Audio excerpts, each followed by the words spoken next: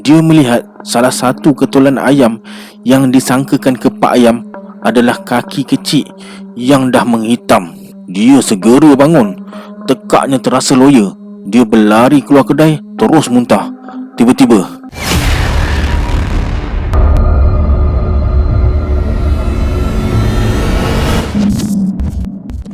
Assalamualaikum sahabat semua, kembali lagi bersama saya Syarul dalam segmen Wabak Seram. Terima kasih semua sebab dah klik video ni. Semoga yang menonton video ni ditambahkan rezeki dan dipermudahkan urusan dunia dan akhirat. Okey, dalam video kali ni kita akan sambung cerita Anak Kerak part 5, yang mana terlepas part-part sebelum ni. Saya letakkan link playlist dekat atas ni. Tanpa membuang masa lagi, jom let's jump to Wabak Seram.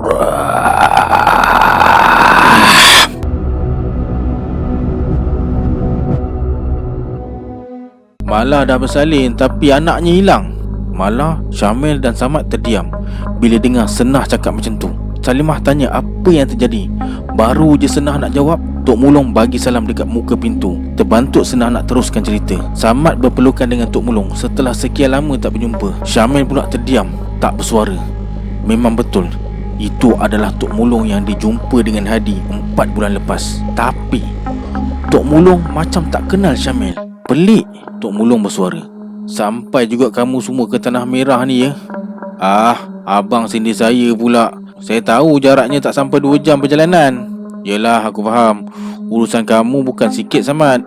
Aku pun kalau tak ada urusan memang tak jejak kaki ke sana. Mereka berbual dengan rancak petang tu. Tok Mulong suruh mereka semua tidur di rumahnya. Tok Mulong berkata, Salimah, siapkan bilik mereka. Aku nak mandi, berlengah dah badan aku ni. Malam tu, ketika mereka duduk-duduk di ruang tamu sebaik saja selepas solat Isyak, Samad beritahu sebenarnya dia datang kemari sebab nak cari Hadi. Menurut Salimah, Hadi dah lama tak tanya khabar dia. 4 bulan lepas memang dia, Adin dengan Tok Mulong ada datang Pasir Mas cari Hadi. Tapi rumah yang Hadi tinggal dengan Milah dah kosong. Tok Mulong bersuara, aku pun cari Hadi juga. Aku sebenarnya lebih bimbangkan dia, tapi aku tak tahu mana nak cari dia. Kau tahu Samad? Kemudian Tok Mulong ajak Syamil dan Samad berbual dekat luar rumah. Masa dekat luar tu, Syamil bagi tahu Tok Mulong sebenarnya 4 bulan lepas dia ada jumpa Tok Mulong dengan Adi. Tok Mulong terkejut, tapi dia cakap memang dia ada ke sana sebab nak cari Adi. Tu pun sekejap je, tak sempat pun nak jumpa sesiapa pun. Syamil berkata, betul Tok, saya dengan Adi bawa batu losong berlubang untuk buat tikam nombor. Takkan Tok dah lupa? Tiba-tiba Tok Mulong tepuk pahanya. Dia boleh agak ke mana Hadi hilang. Syamil pula bagi tahu Milah tengah mengandung sekarang. Tok Mulong bertanya, dah berapa bulan? Entah Tok, tapi masa Hadi bagi tahu saya, rasanya macam baru lagi. Mungkin dalam 2 bulan lebih. Sekarang mungkin dah 6 bulan lebih sikit. Kenapa Tok? Tok Mulong pejamkan mata. Jangan-jangan Hadi memang dah jadi balaci Mailin. Syamil bersuara, masa Malah kerasukan, dia cakap cari Hadi.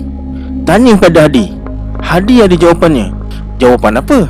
Syamil terus bercerita pada Tok Mulong sebenarnya Malah lahirkan anak mereka di bawah pokok kundang pada satu senja. Bayi mereka diambil secara paksa, diregut dengan kejam. Malah cakap dia hanya nampak seorang lelaki tidak berwajah senja tu. Masa tu juga sebenarnya Syamil dah pun berjumpa dengan Tok Mulong. Sebab tu dia cakap 4 bulan lepas mereka memang pernah berjumpa menurun nombor ekor. Tok Mulong bersuara, umpan dah mengena. Apa maksud abang? Kau ingat tak Samad, masa kita sama-sama dekat Pasir Mas dulu? Masa tu mak aku dah meninggal, tapi Anom tengah sakit. Ya, aku ingat. Masa tu Anom tiba-tiba jatuh sakit sampai kurus kering, tinggal tulang. Rupanya Allah, aku tak sanggup nak ingat.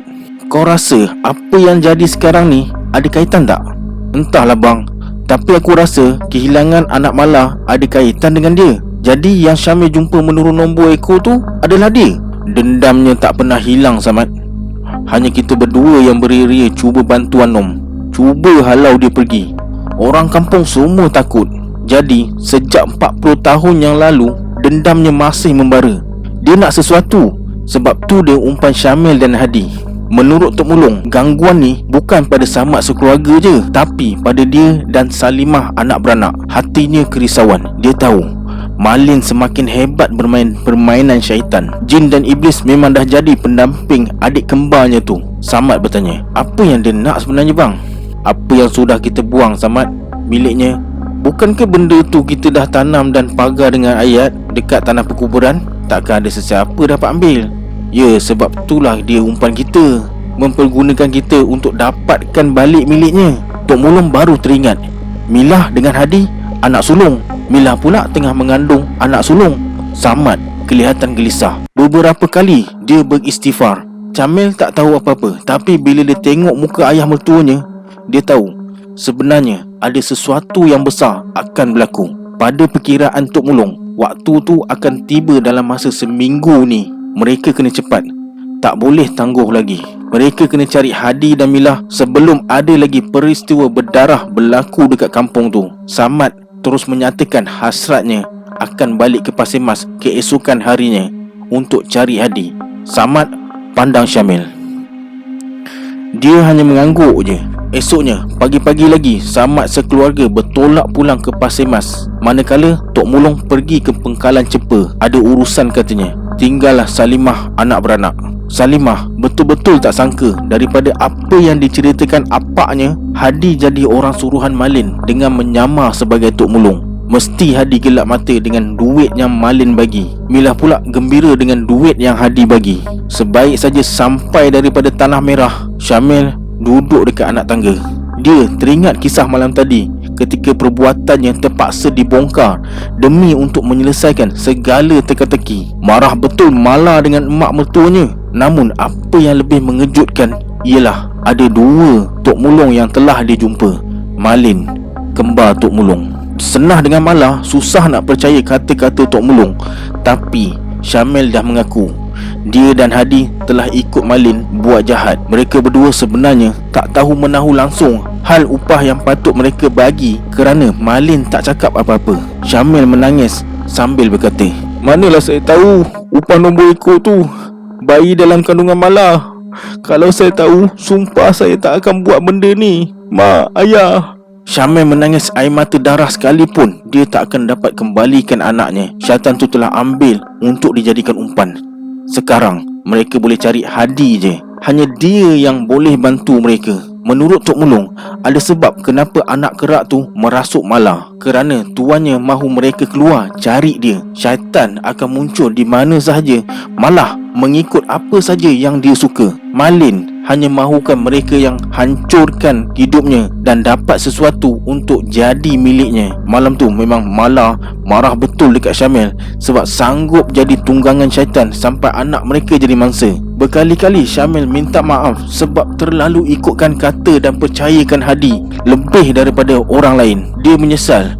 Dia bertaubat daripada dosa-dosanya dan tak akan mengulanginya. Dia hanya mampu menyatakan rasa insafnya dan tak boleh paksa kalau isterinya dah tak percayakan dia lagi. Lamunan Syamil terhenti bila Samad duduk di sebelahnya.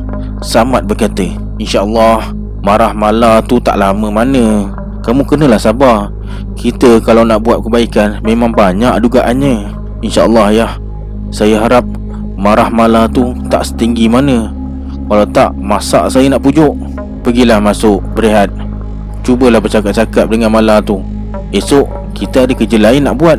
Mungkin jauh perjalanannya. Mereka berdua masuk ke dalam rumah. Syamil terus masuk ke dalam bilik.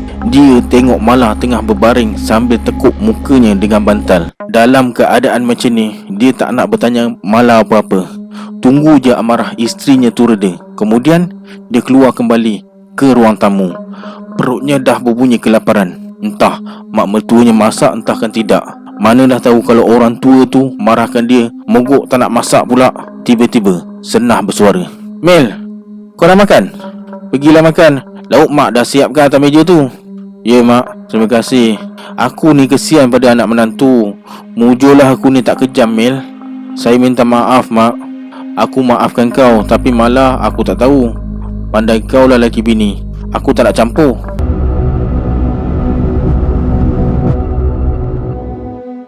Samad dan Syamil duduk di dalam kereta dekat tempat parking. Mereka berdua tak tahu nak bermula dari mana. Syamil jadi buntu. Kemudian dia ajak bapak mertuanya pergi minum dulu dekat warung Kak Jami. Semasa mereka melangkah ke warung Kak Jami, dari jauh Syamil melihat Sarjan Salina dengan Inspektor Amran tengah sarapan pagi. Sebaik saja sampai, Samad tegur. "Assalamualaikum, Tuan, Puan." Pak Samad, pakcik datang nak sarapan ke?" "Ya Tuan, dahaga betul tekak ni." Samad terus bertanya pasal kes anak dia tu dah tutup ke belum, sebab bukti tak jumpa-jumpa. Menurut Sarjan Salina, kes tu memang tergantung. Mereka langsung tak ada clue nak bermula dari mana. Lepas tu Samad suruh Syamil cerita dekat Sarjan Salina dengan Inspektor Amran sebab dia lebih tahu. Syamil berkata, "Benda ni nampak macam pelik Tuan, Puan, tapi saya yakin mungkin clue tu ada pada Hadi." "Siapa Hadi?" Syamil mula cerita pada Sarjan Salina dan Inspektor Amran yang Hadi ni kawan dia. Sehari sebelum kejadian yang menimpa isteri dia, dia dengan Hadi berjumpa seorang yang agak pelik yang dia kenal sebagai Tok Mulung. Tapi bila dia selidik, baru dia sedar itu adalah kembar Tok Mulung, Malin namanya. Sarjan Salina bertanya, "Kamu jumpa orang pelik tu kenapa?" "Menurun nombor ekor."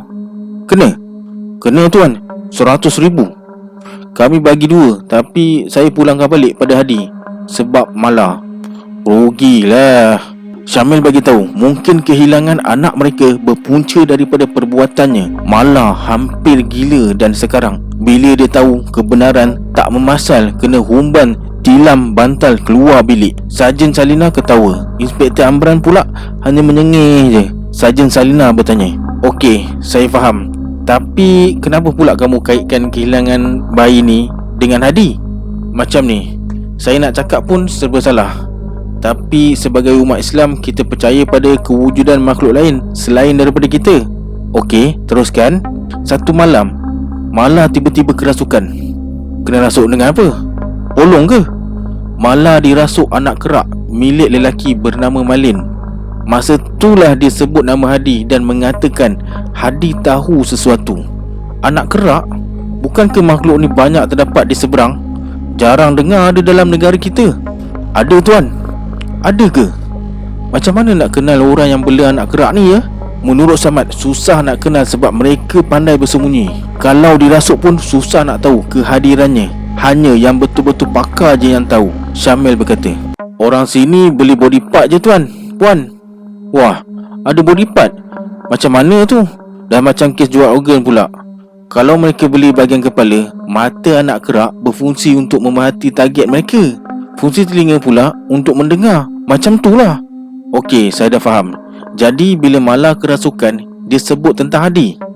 Apa yang Hadi tahu?" "Itulah saya tengah cari Hadi, tapi dia dah hilang. Bini dia pun ikut sama menghilang." Rumit juga ni. Cari detail Hadi di pejabat pendaftaran lah." "Tuan ada nombor IC dia ke?" "Ya juga kan." Mungkin boleh kisah melalui nombor telefon yang diguna dulu." "Alahai, kenapa awak tak terfikir Sarjan? Tengah excited bos dengan kisah anak kerak. Bagi saya nombor telefon Hadi tu, nanti saya info. Awak kalau nak cari, awak boleh cari, tapi bagi tahu saya bila awak dah jumpa Hadi." Syamil kemudiannya bagi nombor telefon Hadi kepada Sarjan Salina. Selesai di warung Kak Jami, Sarjan Salina dan Inspektor Amran minta diri untuk mulakan tugas mereka. Tinggallah Syamil dan Samad masih duduk menghabiskan minuman mereka. Syamil ingat nak cari Hadi dekat taman perumahan dekat sini je. Sebelum bergerak, Syamil tanya Kak Jami kalau dia ada nampak Hadi atau Milah. Menurut Kak Jami, minggu lepas Milah ada datang sini. Perut dia dah besar. Sejak kebelakangan ni, dia jadi sombong pula. Beli makanan terus balik. Dah tak ada berbual dengan dia. Tapi Kak Jami pelik, macam mana dia tiba-tiba boleh jadi kaya? Nak kata suami isteri tu meniaga, tak pula dia nampak mereka berdua jual apa-apa. Siap beli kereta Toyota Vios warna kelabu lagi. Jawapan Kak Jami dah cukup membantu. Cari je rumah yang ada kereta Vios warna kelabu. Walaupun mungkin ada berpuluh orang gunakan kereta yang sama, mereka kena gigih. Tak boleh putus asa. Sebelum mereka beredar, Kak Jami bersuara, "Kalau ada Milah kemari nanti, aku minta nombor telefon dia, Mel. Sementara tu, usahalah cari." Sebaik saja masuk ke dalam kereta, Samad pandang Syamil. Dia ajak Syamil masuk taman perumahan di sebelah kanan mereka. Dari satu lorong ke satu lorong mereka masuk. Tapi sampai ke petang, mereka langsung tak jumpa apa-apa. Mereka buat keputusan untuk balik. Sebaik je sampai di rumah, Senah bertanya, "Jumpa?" "Susah nak cari sebab tak tahu alamatnya. Harap Sarjan Salina boleh bantu dapatkan alamat terbaru Hadi. Itu pun kalau dia ada melakukan urusan bank atau urusan lain. Yelah bang, saya faham. Saya hanya mampu doakan urusan anak menantu kita dipermudahkan Allah. Samad masuk ke dalam rumah nak mandi. Dia nak solat asar dulu, walaupun waktu maghrib dah nak masuk. Syamil terus masuk dalam bilik. Dia nampak Mala tengah duduk atas katil sambil baca majalah. Syamil cuba tegur Mala, tapi dia diam je. Dah 3 hari mereka tak bertegur siapa. Syamil rindu nak dengar suara manja Mala.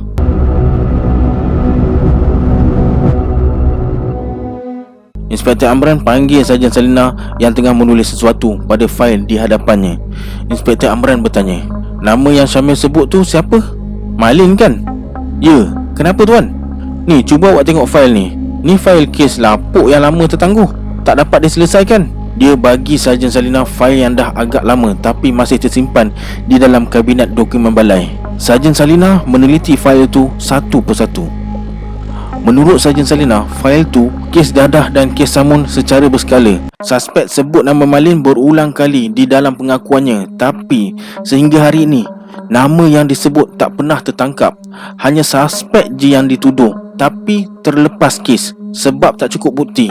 Malin licik menjalankan kerjanya, berjaya melindungi anak-anak buahnya. Katanya lagi, yang ambil kes ni mati sebulan selepas kes berjalan di mahkamah. Saksi pula hilang tanpa dapat dikesan. Kemudian Inspektor Amran suruh Sarjan Salina dan Sarjan Najib ikut Syamil dan Samad cari Hadi. Mana tahu ada clue terbaru. Sarjan Salina akur dengan arahan daripada bosnya. Sementara tu di Pasir Mas, Adin dan Salimah serta Hanani hanya tinggal bertiga je di rumah besar Tok Mulung tu. Tok Mulung belum balik lagi dari Pengkalan Cepa. Salimah tak bimbang sangat sebab sepanjang sepeninggalan Tok Mulung, Adi tak pernah balik lewat. Hanya hari tu Adin telefon beritahu dia akan balik lewat sikit sebab ada stok sampai agak lewat di kedai mereka. Salimah hanya mengiyakan je. Sebaik saja nak masuk waktu maghrib, Salimah dah siap kunci semua pintu dan tingkap. Entah kenapa dadanya berdebar-debar, macam ada sesuatu akan berlaku. Masa Hanani leka bermain dalam bilik dan Salimah pula nak bersiap solat maghrib, dia dengar ada orang bagi salam. Salimah mengamati suara tersebut, macam suara Hadi. Dia buka sikit tingkap biliknya, meninjau ke arah pintu utama. Memang betul, Hadi tengah berdiri dekat depan pintu rumah. Salimah pelik, datang waktu senja macam ni, apa yang dia nak? Nak tak nak, Salimah pergi juga buka pintu, tapi pintu grill dia biarkan terkunci. Hadi cuma pandang melalui pintu grill je. Hadi bersuara, "Salimah, nak apa Hadi? Maghrib macam ni datang rumah orang." "Kebetulan aku lalu dekat sini, ada kerja sikit, jadi aku singgah lah. Aku nak tengok Hana ni. Bagilah aku masuk tengok anak aku." "Peliklah kau ni, dah berbulan kau tak pedulikan aku dengan anak kau. Tiba-tiba kau teringatkan kami. Buang terbiat ke?" Salimah memang tak sedap hati, apatah lagi bila dia tengok Hadi nampak gelisah masa menghulurkan tangan untuk bersalaman. Perlahan-lahan dia baca Al-Fatihah, disusuli dengan ayat kursi dengan mengulangi ayat terakhir sebanyak 7 kali, seperti yang telah dipesan oleh Tok Mulung. Kemudian dia hembus ke arah Hadi.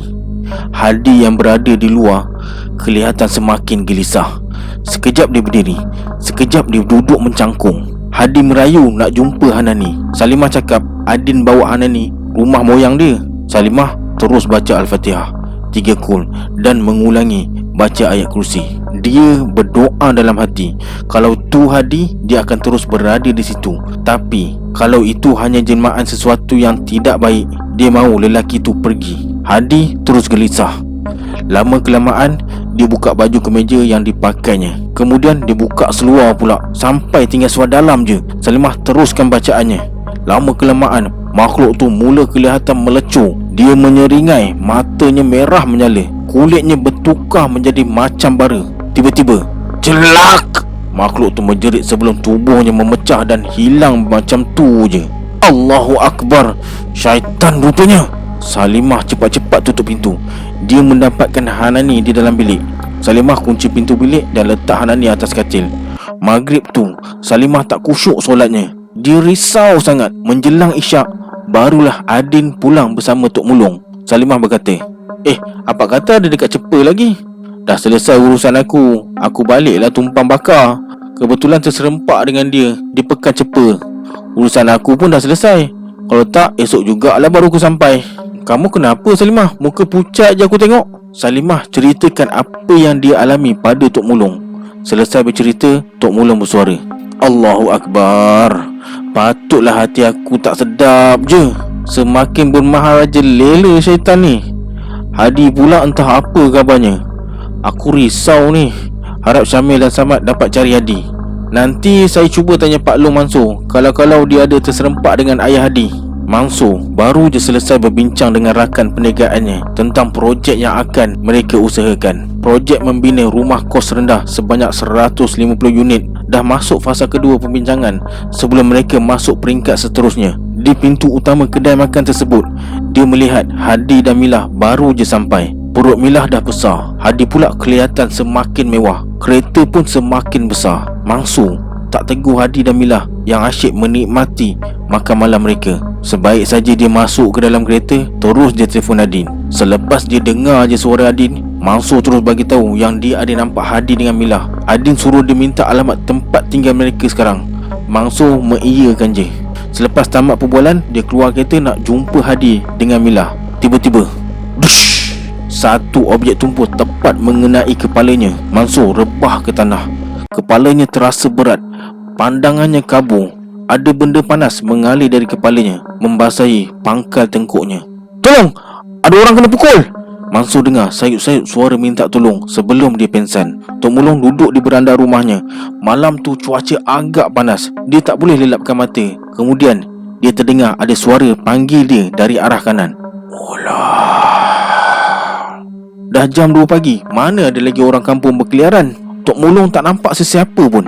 Suara tu muncul lagi, tapi kali ni dari arah sebelah kiri pula. Olah! Tok Mulung bersuara, kau ingat aku takut pada kau? Main macam ni tak ada gunanya. Munculkan diri, berhadapan dengan aku kalau kau anak jantan. Suara tu senyap. Tok Mulung beralih kedudukan. Dia duduk menghadap terus ke jalan besar, bersiap siaga seolah-olah ada sesuatu akan muncul di pintu pagar. Agak lama dia tunggu, tapi apa yang dia tunggu tak pula muncul. Tok Mulung bersuara lagi, dah Malin, jangan main sorok-sorok dengan aku. Dulu mungkin boleh masa kita kecil, sekarang bukan masanya. Tahu juga kau bawa aku Mulung. Suara garau tu muncul kembali. Perlahan-lahan sesusuk tubuh berkelubung hitam muncul dekat pintu pagar. Bau bangkai meruap-ruap. Tok Mulung bertanya, kau nak apa lagi Malin? Tak habis-habis mengganggu keturunan kau sendiri. Aku mahu hak aku yang kau ambil Mulung. Apa lagi hak yang kau ada Malin? Usah berdolak dalih. Harta aku yang berharga hanya itu je. Susah payah aku buat sampai masa kau rampas macam tu je. Dosa kau tu yang nak kau tuntut. Aku tak peduli. Kerana benda yang kau ambil, apa yang aku miliki hampir ranap. Kau ingat hidup aku senang? Aku yang rasa susah hidup aku. Aku nak kau pulangkan balik. Itu harta guru aku. Aku tak nak ambil peduli. Barang kau dah lama aku lenyapkan, dah sebati dengan tanah. Jadi jangan cari aku dan ganggu keturunan aku. Pulangkan cucu menantu aku, Hadi. Cucu menantu kau? Cubalah selamatkan dia sebelum dia berjaya aku asuh jadi seperti aku. Sial kau Malin, kau memang dah jadi hamba iblis. Itu lebih baik Mulung. Aku dapat apa yang aku mahu, berbanding dengan kau yang bertahun jadi hamba orang. Lambat sangat baru kau dapat imbuhannya. Kau kejam Malin. Kejam pada mak, kejam pada adik kau sendiri. Tergamak kau. Hidup tak perlu belas ihsan, hidup tak perlu bersimpati. Orang akan pijak macam sampah. Kau lupa Allah maha segalanya Malin. Aku tak berpaksikan Tuhan kau Mulung. Ujilah kehebatan aku. Aku nak tengok siapa maha besar yang sangat kau agungkan. Tiba-tiba, tok, suara Adin pula kedengaran. Tok Mulung buka matanya perlahan-lahan. Bayangan Malin lenyap entah ke mana. Adin terpacak dekat depan dia.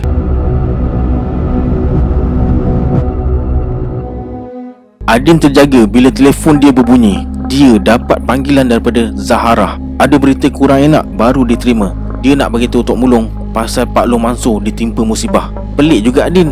Dia tunggu Pak Long yang telefon balik untuk dapatkan alamat ayah Hadinya. Tapi berita lain yang dia dapat. Tok Mulung bersuara, Allahu Akbar. Kenapa? Entah Tok, Kak Zarah tak sempat bagi tahu. Dia pun tergesa-gesa. Malam ni juga dia pulang ke Tanah Merah. Tak apalah, esok je kita ke Tanah Merah. Bagi tahu mak kamu pagi esok. Nanti aku suruh abang bakal kamu hantar. Boleh aku selesaikan sekali masalah ayah Hadi kamu ni? InsyaAllah Tok. Adin sentiasa doakan jalan kita dipermudahkan. Adi peluk bahu Tok Mulung. Hatinya taklah terlalu benci bapa tirinya tu. Apatah lagi sejak dia tahu Hadi sebenarnya terjebak dengan perangkap Milah dan syaitan durjana tu. Menurut Tok Mulung, Hadi jadi macam tu sebab ilmu penunduk yang dikenakan Milah kepadanya. Pagi tu, selepas solat subuh, Adin bagi tahu maknya tentang Pak Long Mansur, abang emaknya yang berada dalam ICU. Mengucap panjang Salimah dengar perkabaran tu. Adin suruh emaknya bersiap sebab sekejap lagi abang bakal sampai. Mereka akan terus ke hospital dan tidur rumah Pak Long Mansur sehari dua. Sebaik sampai di Tanah Merah, mereka terus ke hospital. Zarah pun baru je sampai daripada Kuala Lumpur dengan kawan je. Salimah tanya kakak iparnya, macam mana Abang Long boleh jadi macam ni Kak Long? Abang Long jumpa kawan malam tadi, makan dekat kedai biasa tu lah. Lepas tu dia pergi kereta. Masa tu lah ada orang pukul dia. Menurut Zabaidah, kepala Mansur ada pendarahan sikit. Dah buat operasi malam tadi. Sekarang Mansur direhatkan. Mungkin ambil masa dalam seminggu. Adin berdiri di kaki lima hospital bersama Tok Mulung dan emaknya. Dua orang anggota polis datang cari Zabaidah, nak bertanya beberapa soalan. Adin berbisik, pelik tak Tok? Masa Pak Long kata dia nampak ayah Hadi dengan Milah dan nak dapatkan alamat mereka, tiba-tiba je Pak Long Mansur kena pukul. Aku tahu ini permainan dia Adin.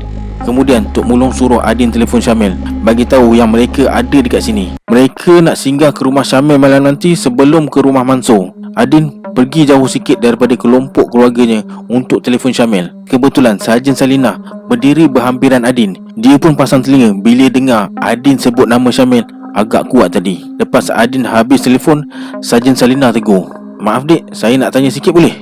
"Boleh puan." "Apa ya?" "Adik sebut Syamil dengan Mala dan Pak Samad. Adik saudara mereka ke?" "Oh, kami sekampung puan. Ada urusan sikit dengan mereka." "Kenapa ya puan?" Sebab saya kenal mereka juga. Pasal kes kat Mala tu ya." Adin terus bercerita yang Pak Long dia ada telefon sebab terserempak dengan Hadi dan Milah. Dia suruh minta alamat dari Hadi. Lepas tu tahu-tahu jadi macam ni.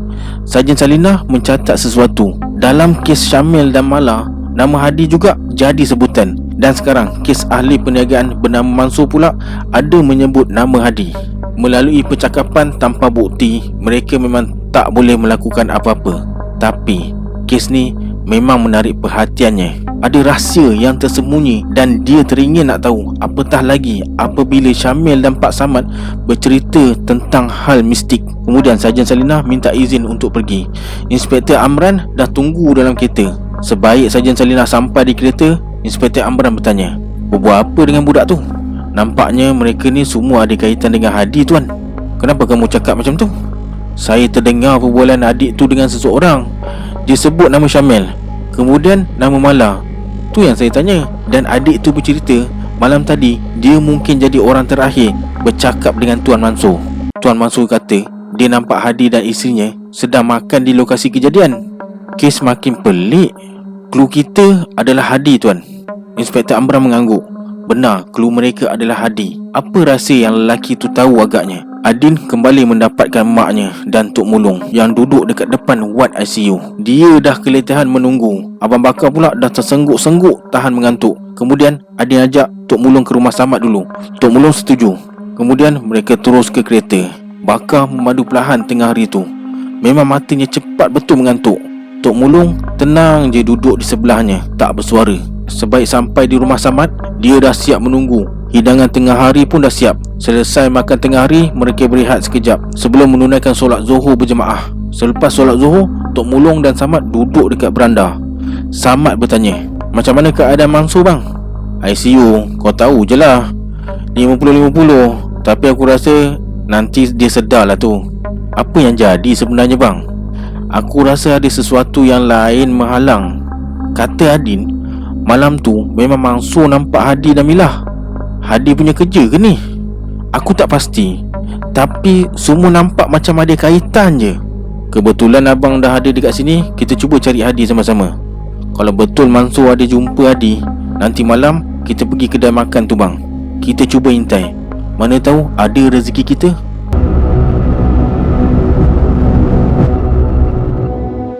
Milah gelisah di tempat tidurnya. Sejak perutnya semakin membesar, dia semakin merasa rimas. Waktu tidurnya terganggu dengan pergerakan bayi yang sangat aktif. Waktu malam pula selalu je rasa berbahang. Hadi bukan peduli pun, tidur tak ingat dunia. Malam tu Hadi tak ada dekat rumah. Seminggu sekali Hadi akan keluar rumah pada waktu malam. Bila dia balik, dia bertanya. Hadi tak menjawab. Dan pertanyaan tu berhenti macam tu je bila Hadi lambakkan duit dekat depan matanya. Tak lama lepas tu, Mila bangun perlahan-lahan.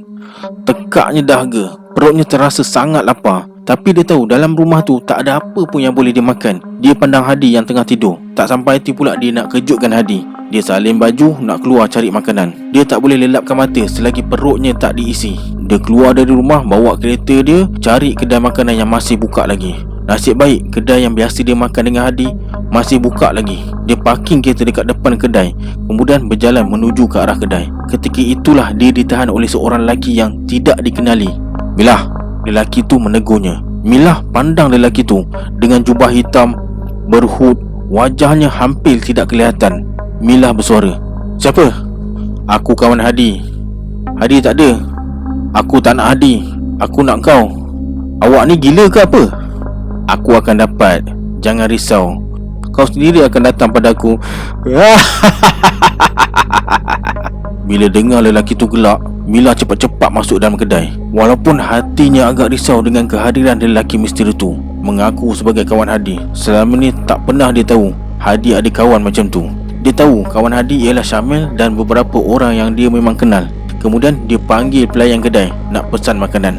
Mila makan bersendirian. Perut yang sememangnya kelaparan menyebabkan Mila dah tak peduli hal lain lagi. Dia pesan sup ayam dan nasi putih serta segelas air tembikai. Sup yang panas dihirupnya perlahan. Sedap. Lepas tu dia cedok kuah sup ke pinggan, digaul bersama nasi yang masih panas. Ketika dia cedok isi ayam, dia tengok isi ayam tu agak pelik. Warnanya hitam. Takkan guna ayam hitam pula? Tak pernah dia jumpa kedai makan guna ayam hitam. Dia tahu ayam hitam memang hitam isinya sebab dia pernah nampak dekat rumah mak hitam. Dia cium daging ayam tu. Baunya pelik. Dia kuis lagi isi ayam yang ada dalam mangkuk sup. Kelihatan sesuatu yang agak aneh. Milah terkejut. Dia melihat salah satu ketulan ayam yang disangkakan kepak ayam adalah kaki kecil yang dah menghitam. Dia segera bangun. Tekaknya terasa loya. Dia berlari keluar kedai, terus muntah. Tiba-tiba Milah terdengar suara lelaki ketawa. Dia pandang ke arah suara lelaki tu. Kelihatan lelaki tadi ketawa pandang dia. Pandangannya cukup tajam. Milah terasa seram. Bulu romanya menegak, tengkuknya terasa meremang. "Setan!" Termengah-mengah Milah bersuara. Kerongkongnya terasa tersekat, nafasnya tersumbat. Lelaki tu bersuara lagi. "Aku sengaja nak tengok apa rasanya bila kau tengok kaki budak dalam sup ayam." Tak guna. Kemudian Mila cepat-cepat berjalan menuju ke arah keretanya. Dia tak peduli bila pelayan kedai panggil dia mungkin nak minta bayaran. Dia betul-betul dah tak tahan. Perutnya menggelodak setiap kali dia terbayang kaki kecil dalam sup ayam tadi. Wajah lelaki tu pula silih berganti muncul. Dia tak faham, takkan Hadi berkawan dengan syaitan pula? Sampai je dekat rumah, Mila terus kejut Hadi. "Hadi, bangun! Kau ni dah kenapa Mila? Macam kena kejar hantu je." "Hadi, siapa kawan kau yang setan sangat tu?" "Setan apa pula? Bila masa aku berkawan dengan setan? Kau ni pun." "Aku pergi makan, tiba-tiba dia muncul, tanya kau." "Dah tu, apa yang pelik sangat?" Bodoh lah kau ni. Dia letak kaki budak dalam sup ayam aku. Kau pergi kedai dalam keadaan ramai, kaki ayam kau kata kaki budak. Aku tak tipu lah. Betul Hadi. Aku takut sangat ni. Kawan kau tu lain macam. Mengarutlah kau ni. Dia berjubah hitam dengan hood dekat kepala. Aku tak pernah nampak dia pun sebelum ni." "Oh, tu bapak saudara Salimah." "Bapak saudara Salimah? Jangan kau nak menipu lah. Macam aku tak tahu bapak saudara Salimah tu. Aku memang tak ingat sangat muka orang tua tu. Tapi aku tahu orang tua tu tak akan macam tu." "Betul. Tok mulung lah tu. Buat apa aku nak tipu kau pula?" Kemudian dia berlalu meninggalkan Milah dalam bilik. Dadanya berdebar-debar. Hadi tahu kalau lelaki tu dah muncul dekat depan Milah, itu petanda masanya dah tiba. Hadi duduk di ruang tamu. Milah mendapatkan Hadi. hatinya masih tak tenteram dengan apa yang berlaku. Mila bersuara, "Aku tahu kau tipu aku, Hadi. Buat apa aku nak tipu kau, Mila?" Hadi malas betul dia nak layan Mila. Dadanya sendiri rasa nak pecah. Lelaki aneh tu dah muncul. Dia pandang ke arah kalender. Hadi tahu masa yang diberi masih berbaki 3 hari lagi. Tarikh hijrah ke-15 sedang menghampiri dia dan Mila. Mila bertanya, "Kau buat apa dekat luar tu sebenarnya, Hadi? Kau ada buat kerja haram ke? Kenapa tiba-tiba kau kisah pula? Selama ni memang aku buat kerja haram, tak pernah pula kau nak peduli." "Aku memang tak peduli, tapi lelaki tu macam nak bunuh aku. Aku tak tahu kenapa aku rasa macam tu." "Kau jangan risaulah, Mila." Kemudian Hadi peluk Mila, walaupun dia sebenarnya tak ingin peluk isterinya tu. Entah kenapa sejak kebelakangan ini nafsunya bagaikan terkunci. Seleranya mati melihat Mila. Cintanya dah mati. Mila rasa selamat bila Hadi peluk dia, walaupun rasa risau masih berlega di benaknya. Sejam yang lalu, kelibat Mila turut diperhatikan orang lain yang bersembunyi dalam sebuah kereta agak jauh daripada kereta Mila. "Kau tengok tu, Syamil." Tok Mulung melihat Mila terbungkuk-bungkuk memuntahkan isi perutnya ke tanah. Rezeki mereka malam ni dapat bertemu Mila walaupun agak lewat. Syamil berkata, "Untung kita malam ni, Tok. Aku tahu ini permainan dia. Dia dah muncul untuk laksanakan agenda dia. Kita agak lewat, tapi aku harap kita dapat selamatkan Mila dan bayinya." "Saya tak faham, Tok. Selamatkan Mila dan bayinya? Dah kenapa kau, Syamil?" "Saya terfikir apa kaitan Mila dengan Hadi. Kan soalan bodoh tu, Tok. Memanglah Mila dengan Hadi tu suami isteri. Kaitan apa pulaknya lagi?" "Apa sajalah kamu ni. Cepat, tu Mila dah jalan." Tok Mulung suruh Syamil mengikuri Mila. Mila langsung tak sedar kepulangannya kali ni berteman.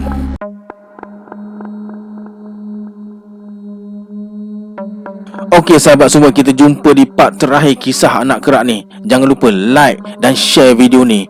Saya Syarul. Assalamualaikum. Adios.